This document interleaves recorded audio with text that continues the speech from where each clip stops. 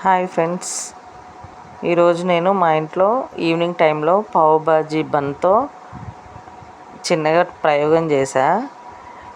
పావు బాజీలు అట్లా సగం చించుకొని అట్లా పెనం పైన పెట్టేసుకొని పైన బటర్ గిట్లా పెట్టి ఇట్లా 2 సైడ్స్ కాల్చుకున్నా.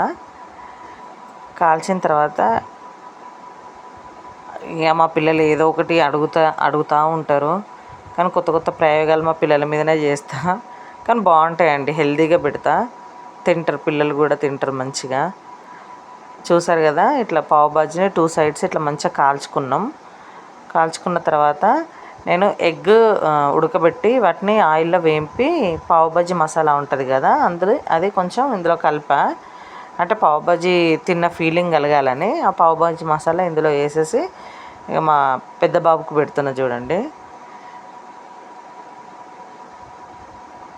బటర్తో కదా, చాలా బాగుంటుంది.